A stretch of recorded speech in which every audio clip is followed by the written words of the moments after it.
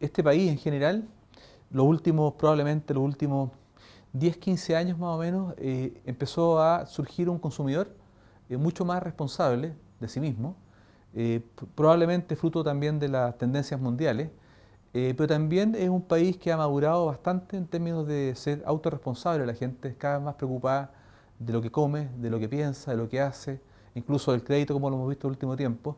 Por lo tanto, tenemos un consumidor mucho más profesional.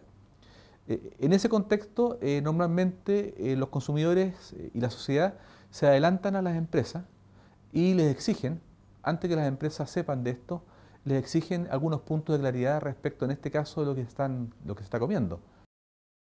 Que la gente maduró y por defecto también las empresas tuvieron que madurar esas exigencias que le hacía el mercado, por cosas más sanas, más limpias, etcétera.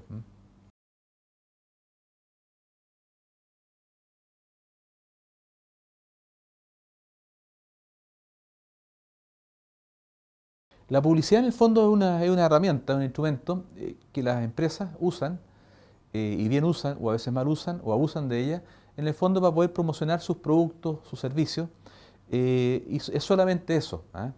Yo diría que la publicidad básicamente es un soporte sobre el cual se van poniendo distintos mensajes.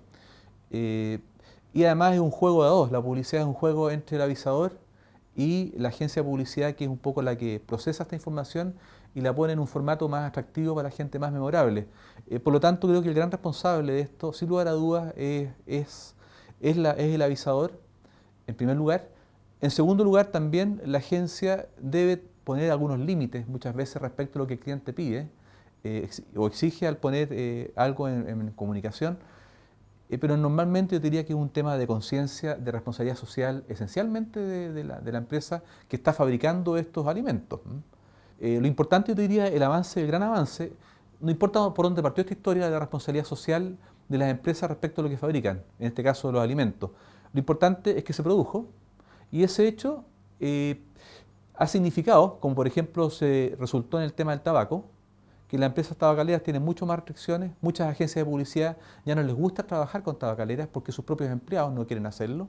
En definitiva, ese ejemplo es un ejemplo extremo, pero es una buena forma de indicarte que ya se tomó conciencia de algo y antes los directorios de las empresas hablaban de la responsabilidad social como un tema que había que hacerlo casi por un tema más bien comunicacional. Eso hay que hacerlo porque la agenda mediática lo exige, porque si no el señor político nos va a pegar, el CERNAC y qué sé yo. Pero esa etapa yo creo que en empresas grandes, como la que estamos hablando, ya es una etapa superada. Los tipos lo hacen por convicción.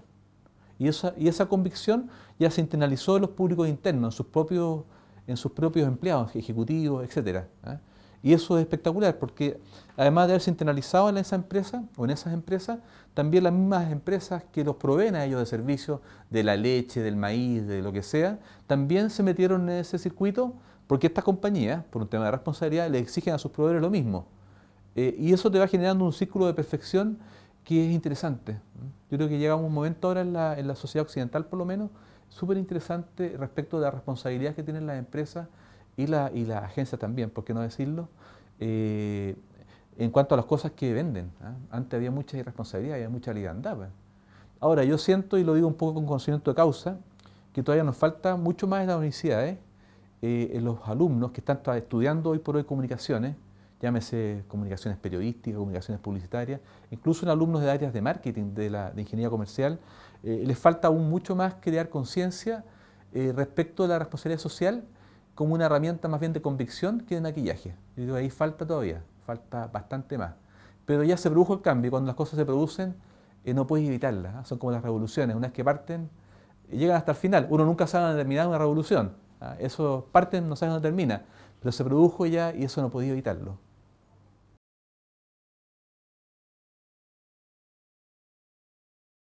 Llámese el país, llámese la gente, llámese un Ministerio de Educación cada vez más empoderado respecto a este tema, llámese un ministro también cada vez más responsable del tema de la salud, desde el punto de vista de la obesidad. Tienen que ser estas empresas responsables de lo que están fabricando y ser responsables socialmente. ¿Ah? Cuando tú pones una marca en un envase de alimento y pones atrás las calorías, las grasas, los azúcares, etcétera, que tienen, las sales, los sodios, estás poniendo tu firma como compañía de que efectivamente lo que estás entregando es sano.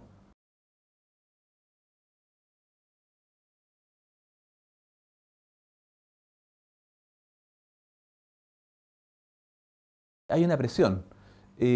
Hace 10 años atrás no teníamos los medios digitales que hay hoy por hoy. Hace 10 años atrás no teníamos blogs.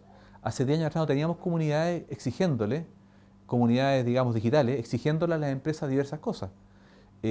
Por lo tanto, hay un tema de presión claramente, hay una fuerza claramente del mercado que le exige una accountability a las empresas respecto a lo que producen. O sea, sin lugar a dudas, las empresas se están moviendo porque el mercado, te insisto, se les adelantó. Y en este caso, el mercado a través de una tecnología que es la digital. Hoy por hoy tú te metes y navegas y tú pones la marca Lever, pones la marca Nestlé, pones la marca Soprole, pones cualquier marca y te vas a dar cuenta que solamente con digitarlo en Google o en Yahoo ya te aparecen millones de opiniones. Y si tú verticalizas un poco más la navegación, vaya a los blogs. Y hay blogs donde hay líderes o influenciadores, como se dice técnicamente, que son expertos en alimentos, otros son expertos en aventura, otros son expertos en distintas cosas, y son personas que son testimoniales, que son seguidos por muchas otras personas. O sea, indudablemente que yo diría que las empresas tomaron conciencia un poco a punta de golpe y porrazo.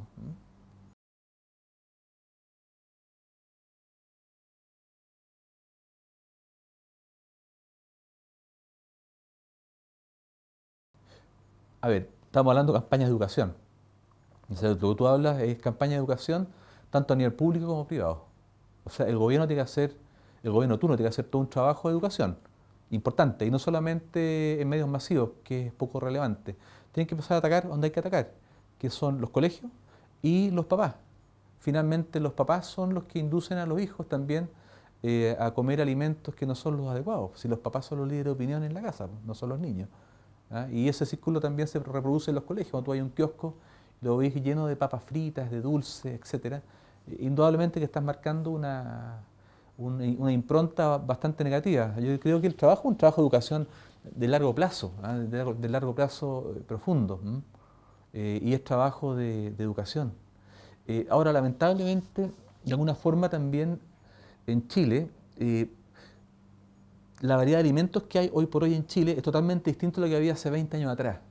O sea, hoy tú vas a un supermercado y la cantidad, en la misma categoría, la cantidad de variedad que tienes es impresionante.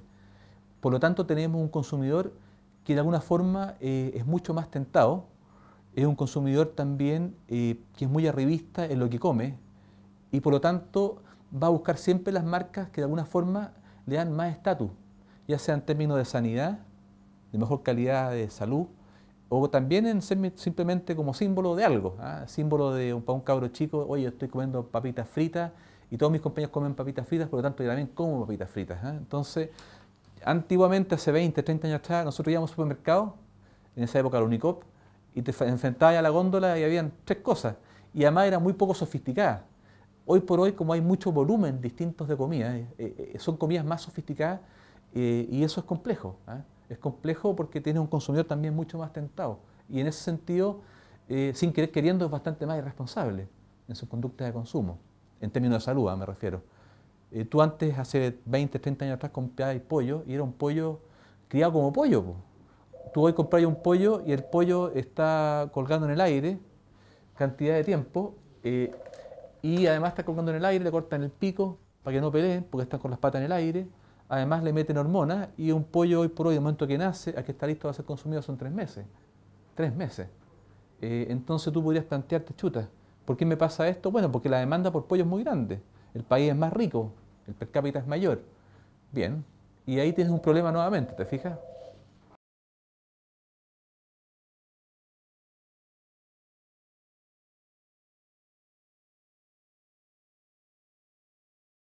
Me gustaría preguntarles a ustedes, en verdad, tanto como entes públicos y entes privados, ¿qué están pensando ustedes en los próximos 10, 15 años en términos de hacer un desarrollo conjunto con políticas de educación y de difusión en que efectivamente se vayan creando conciencia en que la alimentación es relevante para el desarrollo intelectual y físico de los chilenos?